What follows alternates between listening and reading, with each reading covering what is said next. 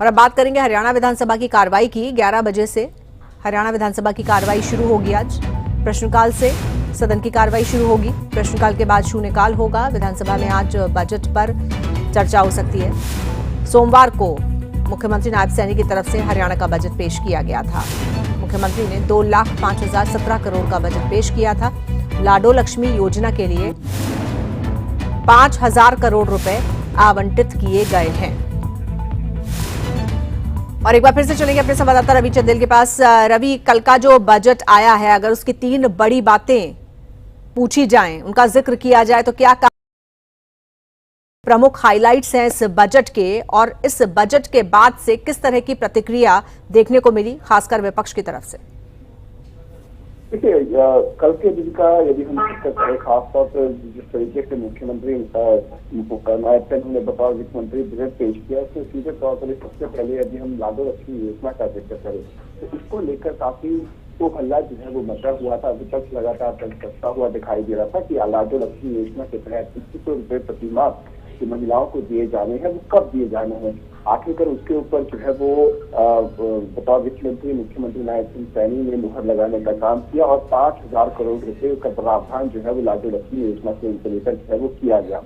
इसके बाद यदि हम दूसरा जिक्र करें तो फरीदाबाद का जिक्र करें, गुरुग्राम का जिक्र करें, इन दोनों ही इलाकों के अंदर जिस तरीके से मेट्रो लाइन के बिछाने को लेकर जो प्रस्ताव है, जिसका भी प्रावधान जो है वो किया गया है। गुरुग्राम के अंदर मेट्रो लाइन जो है बिछाने का काम किया जाएगा। साथ ही साथ फरीदाबाद का जिक्र करें तो फरीदाबाद में इंटरसिटी मेट्रो लाइन बिछाने का काम जो है वो किया जाएगा। इसके अलावा यदि हम स्वास्थ्य की दृष्टि से जिक्र करें तो प्रदेश जिला अस्पतालों और साथ ही साथ मेडिकल कॉलेजेस के अंदर जो है वो एक सुपर स्पेशलिटी अस्पताल का जो है वो निर्माण किया जाएगा, जिसमें तमाम तकनीक सुविधाएं जो है वो तमाम सुविधाओं से लैस होगा, ताकि किसी भी नागरिक को जो है वो अपने जिले से बाहर जो है वो ना जाना पड़े और उसका उसी अपने ही जिले के अंदर जो है वो उसको ट्रीटमेंट जो है वो किया जा सके। एक सुपर स्पेशलिटी हॉस्पिटल खोलने का भी प्रावधान जो है वो किया गया है। इसके अलावा यदि हम शिक्षा का जिक्र करें तो सीखो और कमाओ योजना के तहत जो है वो कदम जो है वो उठाए गए हैं, उसका प्रावधान जो है वो किया गया है और जिसके तहत लगभग 6,000 रुपए प्रति माह जो है वो एक चयनित स्टूडेंट को जो है वो दिए जाएगी, जिसमें स्किल डेवलपमेंट का काम जो है वो होगा। साथ ही साथ जिससे ताकि बच्चे सीखने के साथ साथ कमाई जो है वो भी कर सके, तो उस दृष्टि से भी काम जो है वो किए जा रहे हैं। वहीं यदि हम किसानों का जिक्र करें तो किसानों को लेकर भी कुछ एक ऐलान जो है वो किए गए हैं, ताकि किसानों को जो सब्सिडी है उस सब्सिडी का दायरा जो है वो बढ़ाया जा सके और किसान जो है वो अपने कृषि के जो इक्विपमेंट्स हैं उनको सब्सिडी के दायरे के अंदर जो है वो खरीद सके। उसकी सब्सिडी का दायरा जो है वो बढ़ाया गया है, जिससे कि बड़े किसान नहीं, छोटे किसान भी उस सब्सिडी का फायदा जो है वो ले सके। तो ये कुछ पूरे बजट के अंदर की पॉइंट्स है जिनको लेकर विपक्ष का यदि हम जिक्र करें तो कांग्रेस के वरिष्ठ विधायक और भूपेंद्र सिंह हुड्डा का सीधे तौर पर कहना है कि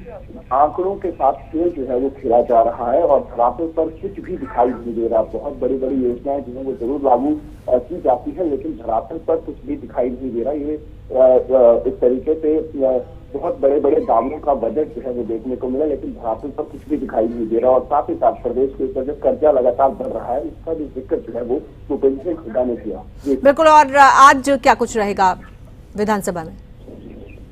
देखिए, कार्रवाई जो है वो शुरू होगी, यानी 11 बजे सदन की कार्रवाई जो है वो प्रश्नकाल से शुरू होगी और प्रश्नकाल के बाद शून्यकाल होगा और शून्यकाल के बाद सीधे तौर पर कांग्रेस के विधायक शिषपाल केरवाला की तरफ से सिंथेटिक ड्रग्स के बढ़ते प्रभावों को लेकर जो है वो ध्यानाकर्षण प्रस्ताव जो है वो लगाया गया है, उसके ऊपर जो है वो चर्चा होगी। और जाहिर तौर पर इस मुद्दे के ऊपर जो है सप्लीमेंट्री क्वेश्चन जो है वो यदि हम कांग्रेस के ही वरिष्ठ विधायक अशोक अरोड़ा का जिक्र करें और अन्य विधायकों का जिक्र करें, उनकी तरफ से पूछे जाएंगे, तो जाहिर तौर पर इसके ऊपर अच्छा खासा हंगामा जो है वो देखने को मिल सकता है। और इसके बाद सीधे तौर पर कल जो बजट पेश हुआ था उस बजट पर जो है वो चर्चा होगी। चर्चा में सीधे तौर पर सत्ता पक्ष की तरफ से जो दावे किए गए हैं उन दावों की पोल खोलते हुए कहीं ना कहीं विपक्ष जो है वो दिखाई देगा। विपक्ष पूरे तरीके से सत्ता पक्ष को घेरता हुआ दिखाई दे सकता है। बहुत शुक्रिया आपका रवि इस जानकारी के लिए।